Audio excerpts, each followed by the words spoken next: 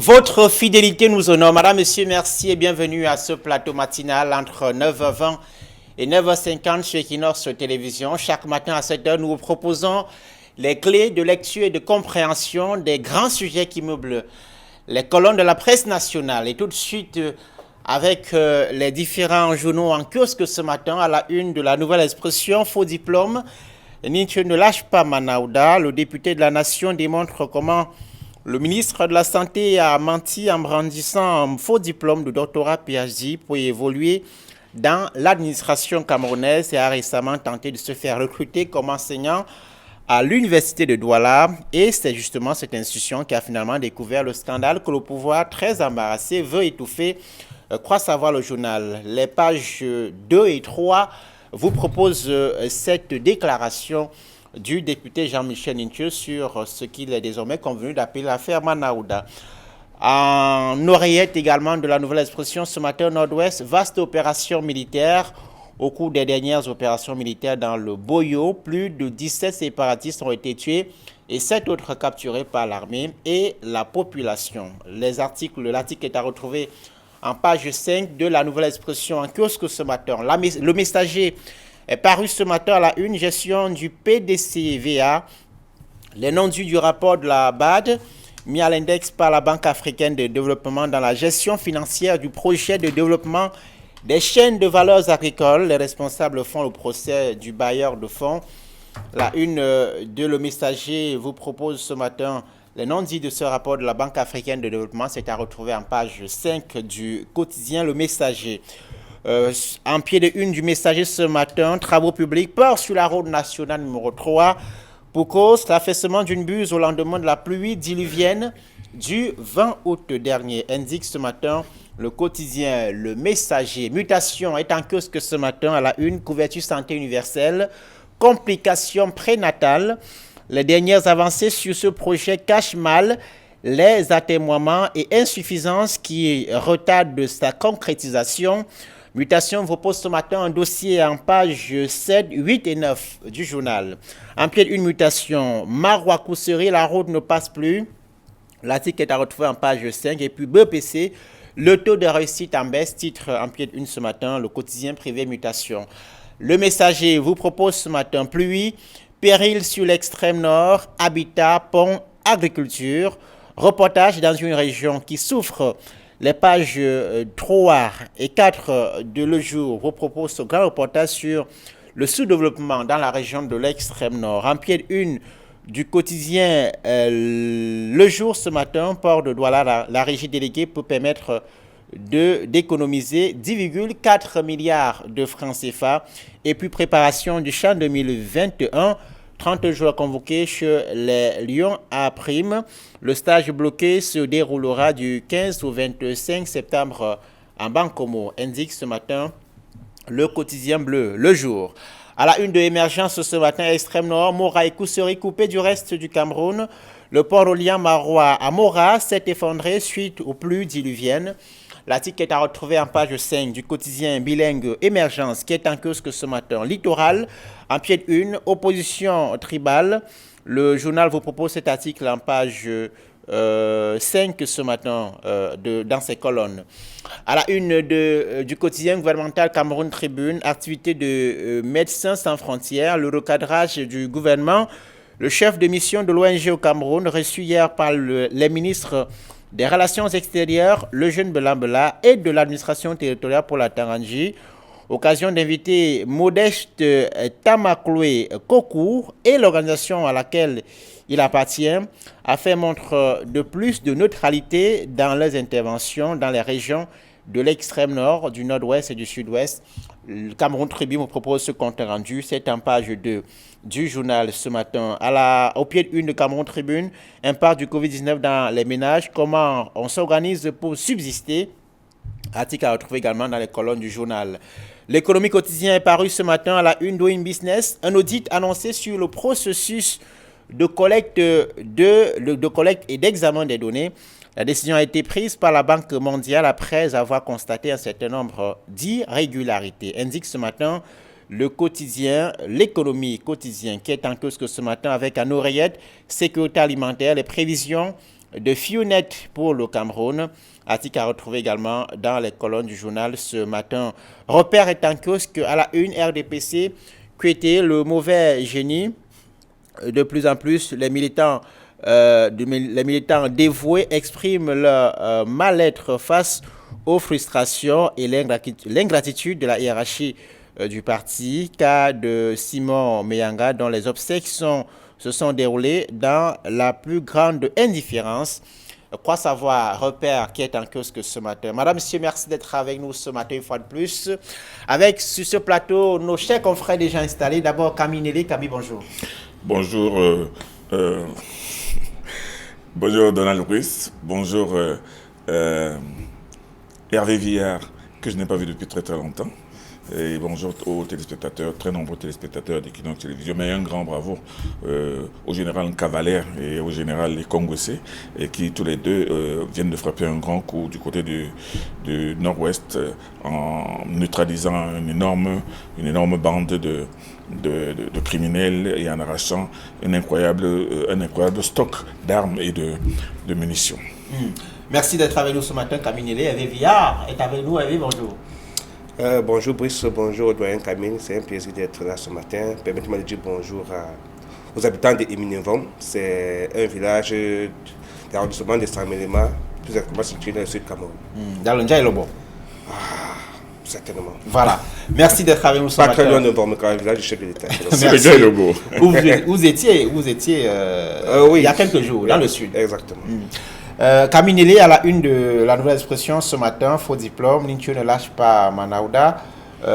Une autre affaire, on pourrait dire, de faux diplômes présumés de doctorat PhD qui éclabousse le ministre de la Santé publique.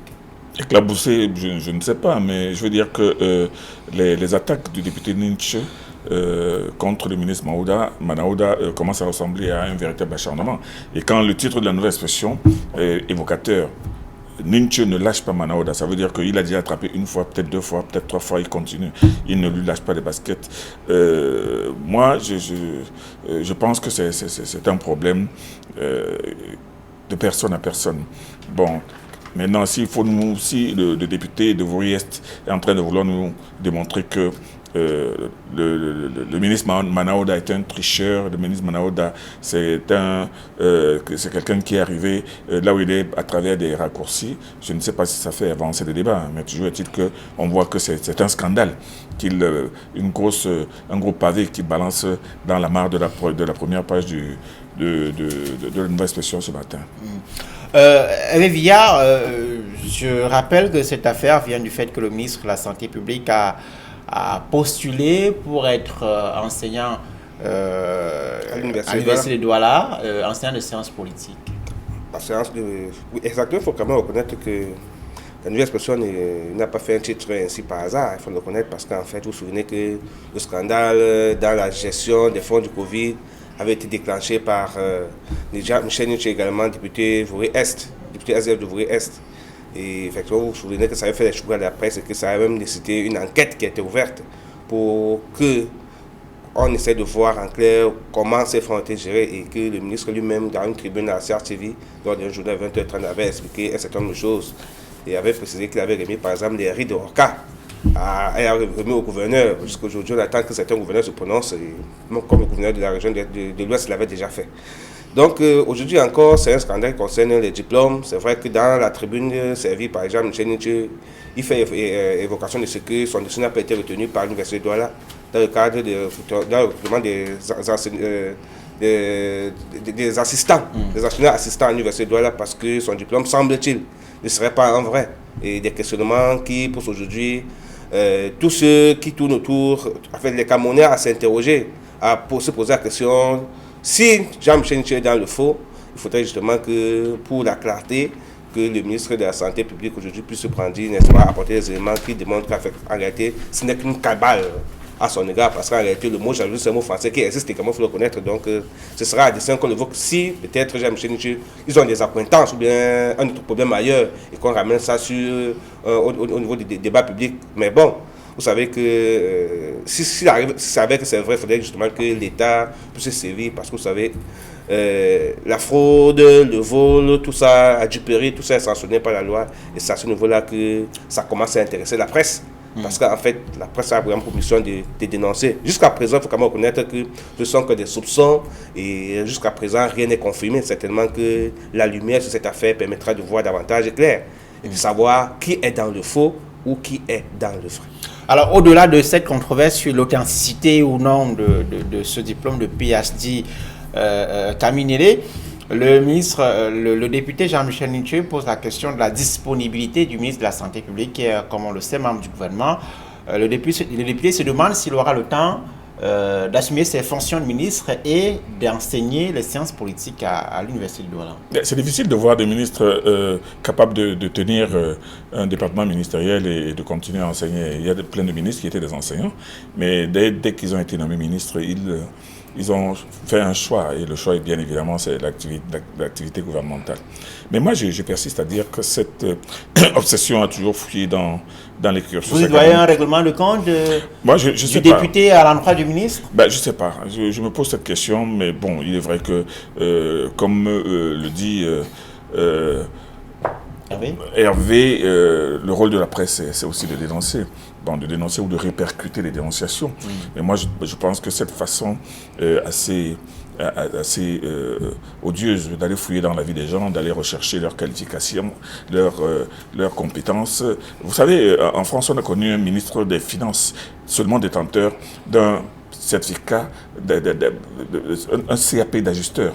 Donc ce n'est pas parce qu'on est agrégé au docteur qu'on peut forcément être un ministre. Mais moi, je dis que bon, si le député Nitche a décidé d'aller fouiller dans les caleçons du ministre Manaouda jusqu'à rechercher ses vrais diplômes, il faudra aussi qu'il remonte jusqu'au CEP. Parce que le CEP, il faudra aussi savoir si le CEP est authentique. Mais moi, je trouve ce genre de démarche assez glauque. Et ça ne fait pas avancer le Cameroun. Vous banalisez la question du faux, Dami? Je ne banalise pas la question du faux, mais moi je dis que le fait... Si ce faux est avéré. Non, je dis le fait pour une seule personne de s'acharner sur une seule personne et de manière répétitive sur ce qu'il fait. Bon, il s'est posé des questions sur la gestion des fonds du Covid, ce qui est tout à fait normal. Et cette question-là, il avait même la latitude de la poser devant l'Assemblée. Certains lui ont fait le reproche de l'avoir fait. Non, je ne pense pas. Moi, je ne lui ai pas fait. À la limite, j'ai dit que si vous donnez de l'argent à quelqu'un lundi pour faire une opération pour toute la semaine et que le mercredi, vous commencez à dire que qu'est-ce que tu as fait cet argent, c'est ça qui peut être un peu compliqué. Mais moi, je dis que lui aussi, son rôle, c'est d'avoir l'œil ouvert. C'est le rôle du député aussi. Mais ce que je veux dire, c'est que la démarche contre le ministre Manaouda ressemble à un acharnement personnel contre une autre personne. C'est ce que je veux dire. Ce sujet. Oui, pour dire qu'en fait, en réalité, c'est bien de relever des choses comme ça. Vous savez pourquoi? Parce qu'il faut justement que les personnes qui méritent puissent être à leur place. On est dans un pays où on voudrait promouvoir l'excellence. On voudrait justement que, à l'image de ceux qui nous gouvernent, qu'on puisse servir d'exemple à la jeune génération des personnes qui le méritent. Je pense que vous souvenez que depuis dans la fonction publique, il y a, avec CGPS 1, CGPS 2 et autres, on veut débusquer tous ceux-là qui sont entrés en fonction publique en utilisant des faux diplômes. On en a débusqué beaucoup. Vous voyez donc que c'est dans cette lignée. Le problème, ce n'est pas d'être ministre. Non, vous pouvez être ministre, comme le disait Camille tout à l'heure, en prenant l'exemple de la France, avec le CAP, avec le CAP. Mais il faut qu'on reconnaisse effectivement que c'est au niveau. Mais si vous avez extrapolé en utilisant les positions des personnes qui ne vous reviennent pas parce que vous ne les avez pas méritées, et là, vous avez fraudé. C'est pourquoi la lutte contre... C'est pourquoi il y a tout ce qui a été créé aujourd'hui, la NIF, la CONAC et tout ça. C'est pour débusquer ce genre de choses. Donc, ce n'est pas banal. C'est un sujet sérieux. Mais il faudrait effectivement que, si l'on commence à dénoncer, il faudrait qu'on tienne le filon. Que ce soit vrai, sinon ça semblerait être un acharnement, un sabotage. Jusqu'à présent, c'est une présomption, attendant qu'une enquête ouverte soit faite, comme je disais tout à l'heure, pour démontrer qui est dans le faux ou qui est dans le vrai. Parce qu'en fait, si à la fin on se rend compte que c'est un acharnement, alors qu'on constaterait que Jean-Michel Nitche aurait un accrochement sérieux. Et là, je pense que le ministre sera en droit. Pourquoi pas de porter plainte pour atteindre ta personnalité?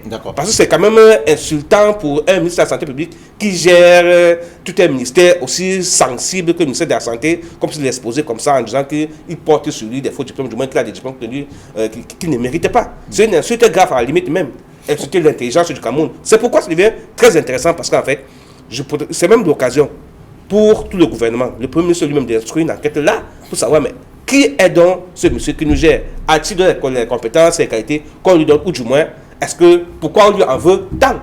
Parce qu'en fait, si on insulte le ministre de la Santé, c'est le gouvernement du Cameroun qu'on a été d'insulter, et donc le président de la République qui l'a nommé aussi. Vous voyez? Vous savez, Camille, on a terminé avec ce sujet. Non, je voulais juste ajouter un dernier mot. C'est que, vous savez, les Camerounais ont la manie de vouloir réduire parfois la valeur des personnes. Il y a beaucoup de personnes qui ne se gênent pas de révéler et de hurler que le professeur Kamto est entré à l'université avec une capacité en droit pour démontrer qu'il n'est pas entré à l'université avec le baccalauréat. Donc moi je dis que ça n'enlève rien à sa valeur. Le fait de revenir sur ça, moi je pense que c'est inutilement réducteur. Vous comprenez? Mais comme vous le dites, si effectivement il est entré dans la fonction publique avec de faux diplômes, on peut se poser des questions. Mais seulement, il n'en demeure pas moins qu'il est passé par l'ENAM. Et l'ENAM, il est diplômé de l'ENAM. Ce n'est pas son diplôme de l'ENAM qui est mis en cause. Si on parle de son doctorat PhD. On n'a jamais même méconnu ses compétences. Oui, d'accord. C'est son doctorat PhD qui est en question. Il ne faudrait pas qu'on crée de l'amalgame. La presse relève fortement ce matin également la rupture du pont Palar. Palar est un pont situé dans l'arrondissement de Marois, premier dans la région de l'extrême nord. Ce pont s'est affaissé hier sous fond de fortes pluies et d'inondations dans la région de l'extrême nord. À la une de l'émergence, extrême nord Mora et Koussery, coupé du reste du Cameroun. Le pont reliant Marois à Mora s'est effondré suite aux pluies diluviennes qui sont abattues dans la région ces derniers jours. Camille, c'est un pont stratégique puisqu'il, au-delà de relier Marois et Koussery, ce pont relie également le Cameroun au Tchad voisin. Donc vous avez dit quelque chose de très important, que c'est un pont qui est à l'intérieur de Marois. Moi je connais très très bien Marois, ce n'est pas le seul pont par lequel on sort de Marois. Il y a le pont Palar, il y a le pont vert, il y a le pont rouge.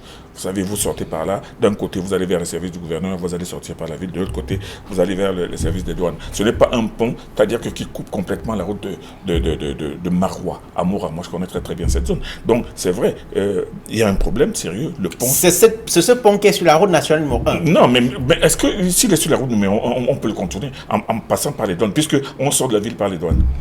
Et en passant par le service des douanes, et de la même manière, en passant par les services du gouvernement, il y a une autre sortie de la ville. Le pont est à l'intérieur de Marois. Ça veut dire que toujours à l'intérieur de Marois, vous pouvez prendre d'autres chemins. Il y a deux ponts et deux routes qui mènent vers la sortie de Marois, vers Mora. Mora qui est à 50 km de Marois. Moi, je connais très très bien cette zone. Moi, je pense que les titres, c'est vrai, le pont s'est coupé, c'est vrai à cause des inondations, mais Mora et Koussery ne sont pas coupés du reste du Cameroun. Non, moi, je pense que c'est inutilement alarmiste. Et d'ailleurs, je voulais ajouter quelque chose. C'est que ce pont-là, après son effondrement, le chef de l'État demandait hier que la société qui s'occupe du bitumage de l'axe Marois-Mora répare ce pont en urgence. Donc ça veut dire que c'est vrai que c'est un axe assez important, mais ce n'est pas le seul qui permet de sortir de Marois.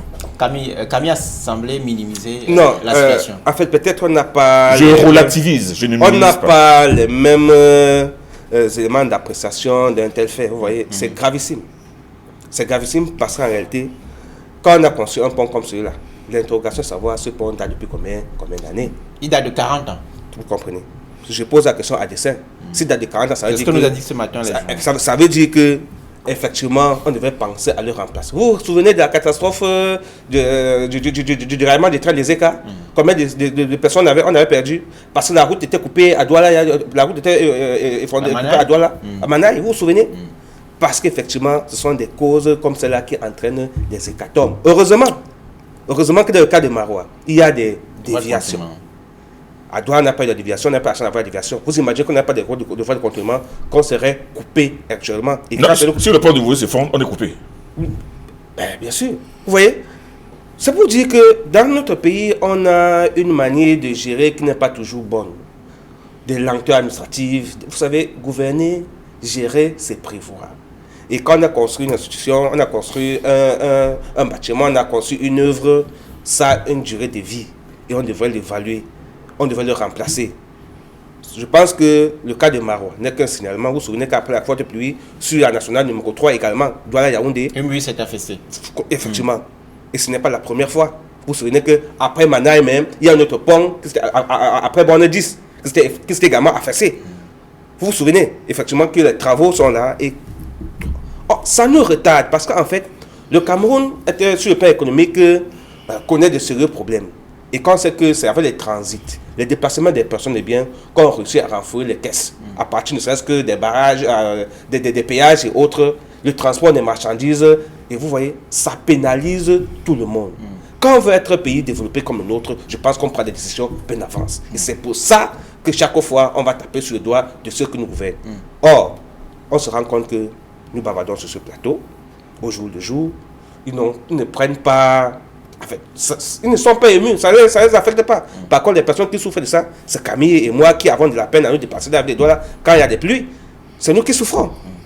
Or, ils ont certainement la chance d'avoir des côtes cylindrées pour rouler dans ces voitures passées sans pouvoir le savoir, ou bien ne pas habiter dans les quartiers, dans les lobbies comme nous autres. Parce qu'il faut vraiment reconnaître que quand bien même l'eau vient vous chercher, là, vous vous trouvez, alors que vous avez fait les efforts d'être parmi ce qu'on appelle les Camerounais moyens, que l'eau vient vous chercher, ça devient compliqué. Ça veut dire qu'il y a un problème quelque part. Et c'est à cet instant que la planification, on a un ministère des Travaux publics qui doit quand même veiller sur les ouvrages d'art de notre pays, évaluer cela. Il a été construit 40 ans quand même un pont. On devait penser à le changer.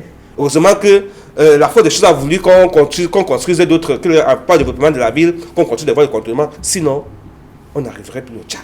Imaginez les marchandises qui partent d'ici, les commerçants et autres. Combien de temps pour mettre les marchandises qui sont certainement périssables?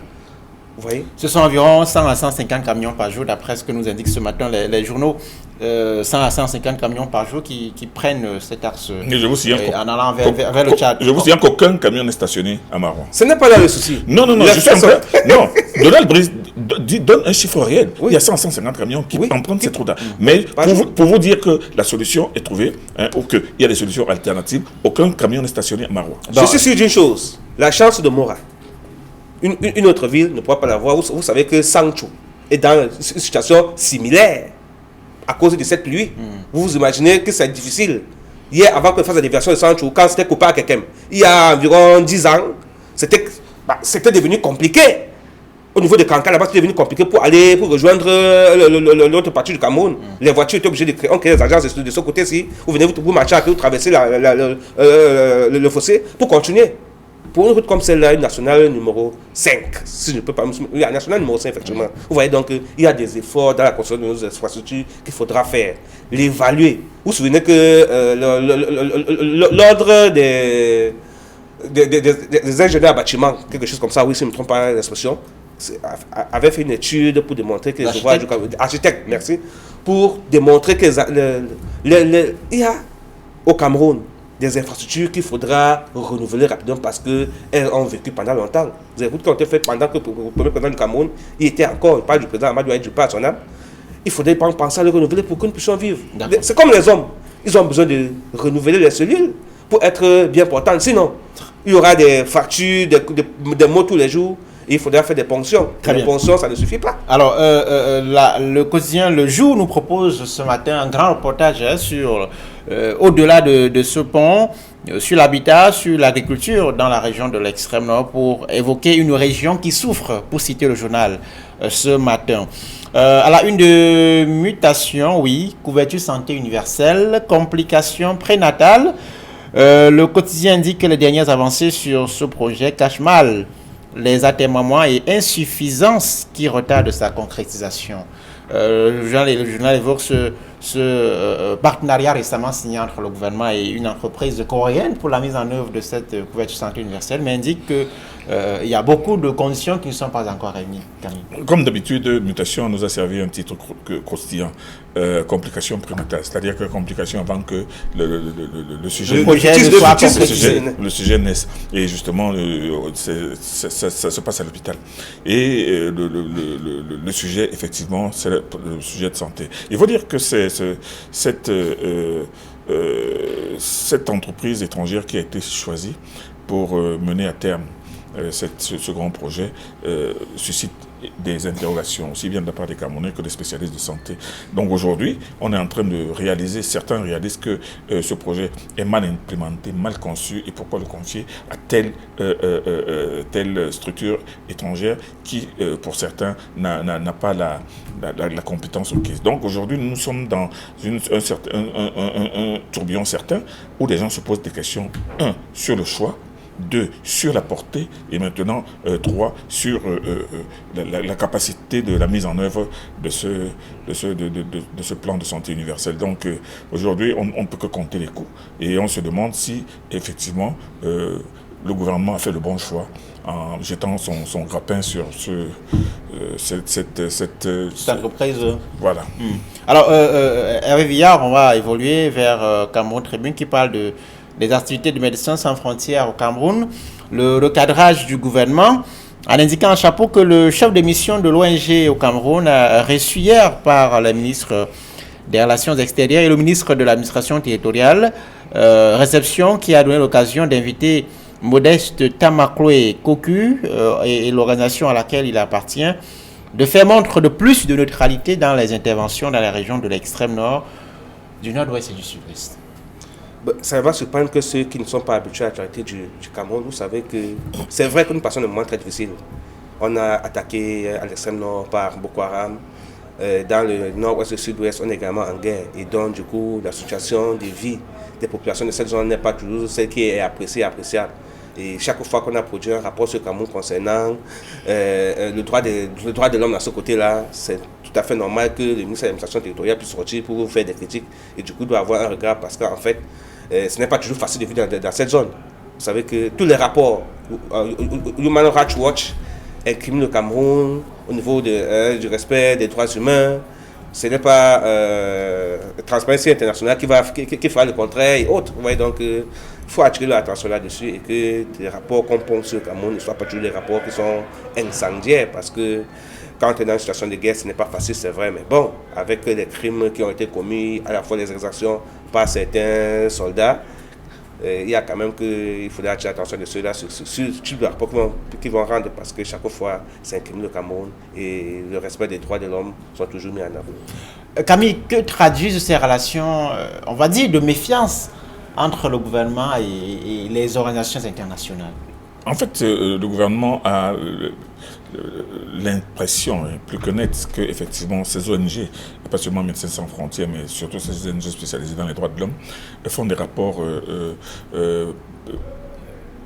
non seulement tronqués, mais noircis, extrêmement noircis à dessein. C'est comme si, effectivement, c'est l'armée camerounaise qui était l'agresseur et c'est des gens non identifiés qui sont des assassins, qui se manifestent pas des assassinats horribles qui seraient des victimes. Moi, je pense que le recadrage du ministre de l'administration territoriale qui a maintes fois demander à ces ONG de faire preuve d'un peu plus de tempérance et surtout d'un peu plus d'objectivité va dans le sens justement des nombreux assassinats que l'on enregistre aujourd'hui. Mais seulement, vous savez très bien que quand les humanitaires eux-mêmes commencent à être tués, comme on a vu tout récemment, des médecins, je crois des médecins sans frontières d'ailleurs, qui ont été assassinés lâchement. Dans le sud-ouest, dans le sud-ouest, qui ont été lâchement enlevés, assassinés. On ne peut pas dire que Médecins sans frontières ne ressent pas ça dans sa propre chair. Donc moi je pense que, comme certainement leur ont dit, le ministre des Relations extérieures et le ministre de l'administration territoriale, ils leur ont dit tout simplement de tenir compte de la réalité du terrain. Cette réalité aujourd'hui qui démontre que nous ne sommes plus, le Cameroun n'est plus dans une guerre de sécession, mais il est plutôt dans une guerre, dans une opération criminelle à un très très grand niveau. Et moi je pense que c'est la réalité, et cette réalité-là, il faut que tout le monde la mette dans sa tête. Parce que quand j'entends, par exemple, Human Rights Watch continue à dire que les militaires ont fait ci, les militaires ont fait ça, et que le Human Rights Watch ne donne que de petites appréciations face à une jeune femme qu'on égorge ou à l'autre qu'on tue à la machette. Moi je pense qu'il faut faire attention. Il faut que ces organismes internationaux qui sont sur le terrain comprennent non seulement la dureté de la situation que vivent les populations du sud et du nord, mais surtout les difficultés qu'a l'armée à faire face à des gens qui surgissent, qui font du mal, qui disparaissent, qui raquettent, qui kidnappent, qui prennent de l'argent, qui brûlent des villages entiers, qui empêchent les enfants d'aller à l'école. Moi je pense que tout cela, il faut le mettre sur une balance, mais ne pas seulement estimer que l'armée fait ça. L'armée a pour mission non seulement de protéger l'intensibilité des frontières, mais surtout de protéger les personnes et les biens. D'accord. On va évoquer avec vous, Hervé, pour sortir la une de l'économie quotidienne. Doing Business, un audit annoncé sur le processus de collecte et d'examen des données. La décision a été prise par la Banque mondiale, après avoir constaté un certain nombre d'irrégularités. Difficile de se prononcer sur ce sujet. Vous savez qu'une décision comme celle-là est prise. Hein? C'est l'heure du Sahel plutôt. Non, c'est le quotidien, l'économie quotidienne. L'économie quotidienne qui revient sur cette décision de la Banque mondiale au niveau de... Vous savez qu'il y a 3 jours, il y a une organisation qui rendait une enquête sur le Cameroun, sur la situation économique du Cameroun, faisant un état de ce que le Cameroun fait partie des... C'est la deuxième économie la plus résiliente d'Afrique, malgré tous les problèmes qu'on a rencontrés, pendant que d'autres enquêtes, notamment le Doing Business et autres, démontre que nous sommes sur le plan économique un peu fort. Donc ça crée une forme de dichotomie en fait. On ne sait plus quelle trajectoire il faudra suivre. Certainement, c'est l'objet d'une nouvelle enquête commandée par la BAD pour voir que dans ce genre de rapport qui semble ne pas être toujours juste. Parce que si on fait un rapport pour démontrer qu'aujourd'hui, comme la deuxième économie la plus résiliente d'Afrique, et que par ailleurs, on nous demande dans notre rapport que on est une économie très pauvre, et très endettée et autres, ça veut dire qu'il y a anguille sous roche. Est-ce que ces rapports-là ne sont pas commandés tout simplement pour nous spolier davantage? Est-ce que ce sont des rapports qui sont faits pour nous aider réellement à nous sortir de la pauvreté et à nous développer économiquement? C'est autant de choses qui poussent les uns et les autres et là-bas, pourquoi pas commander cette nouvelle enquête pour voir clair. Parce que normalement, s'il y a des éléments statistiques, les statistiques sont les seules choses qui ne mentent pas parce qu'elles sont le fruit des données collectées sur le terrain et des données qui sont sensibles qu'on peut toucher. Donc il y a de quoi s'interroger à ce niveau. Alors on parlait de l'insécurité tout à l'heure, Camille, on va sortir avec un mot sur les impacts de cette insécurité dans le Grand Nord avec ces pertes de bétail qui sont de plus en plus importantes. Dans la Damawa surtout, parce que c'est important, notamment dans la Damawa, on le voit et on a vu avec l'œil du Sahel qui parle de 1000 et quelques 1060 têtes de bœuf qui auraient été volées en un an. Non, moi je pense que le compte est beaucoup plus dépasse cela. Ça c'est uniquement des troupeaux de Bororo qui sont des nomades. Mais vous savez tous, c'est la même communauté. Les Bororo, c'est des peuples et tout ça. Les Bororo sont des peuples. Mais il faut dire que dans la région de la Damawa, il y a au moins, en dehors des peuples nomades, il y a des milliers de peuples sédentarisés qui eux aussi ont des bœufs qui ont été volés. Parce qu'ils ont été volés par qui? Ces bœufs sont volés par des bandits venant de la Centrafrique qui arrivent, qui tuent les gens, qui raquettent des gens, qui emportent des bœufs. Et si on fait le compte, ce n'est pas seulement 1000 bœufs. Parce que le chiffre qui vient d'être donné, moi j'ai fait une petite enquête, a été produit par, comment on appelle ça là, le Mboskuda. Mboskuda, c'est-à-dire que le Boro Social Cultural Development Association, c'est-à-dire une sorte d'association internationale qui réunit tous les Boros, pas seulement du Cameroun, mais du monde entier. Et cette association a réussi à démontrer qu'en un an, les Boros seuls ont perdu plus de 1000 bœufs. Mais seulement, il n'y a pas que les Boros qui ont perdu des bœufs, il y a énormément de boviers et de propriétaires de grandes fermes qui subissent effectivement le diktat et le banditisme de ces bandes rebelles, de ces bandes criminelles venues de Centrafrique qui viennent, qui enlèvent les gens, qui kidnappent les gens, qui emportent les bétails. Donc, ce titre démontre la détresse des éleveurs du côté de la Damawa qui souffrent énormément et qui ont aussi besoin d'un encadrement particulier de l'armée, exactement comme ceux de l'extrême nord qui vivent sous la coupe, pas seulement de Boko Haram, mais de bandes armées aussi qui sont non identifiées aujourd'hui, qui continuent à semer la terreur. La terreur, c'est pas seulement à l'extrême nord, dans le Grand Nord, mais c'est aussi dans la Damawa où des bandes armées venant de Centrafrique sèment la pagaille et emportent des milliers de bœufs. Merci à Camille Nélé, merci d'être venu ce matin. Madame, monsieur, merci d'avoir été à l'écoute, comme tous les matins, entre 9h20 et 9h50. Merci d'avoir été là. On se retrouve demain, mercredi, pour la 3e de la semaine. Restez sur notre antenne. Très bonne journée.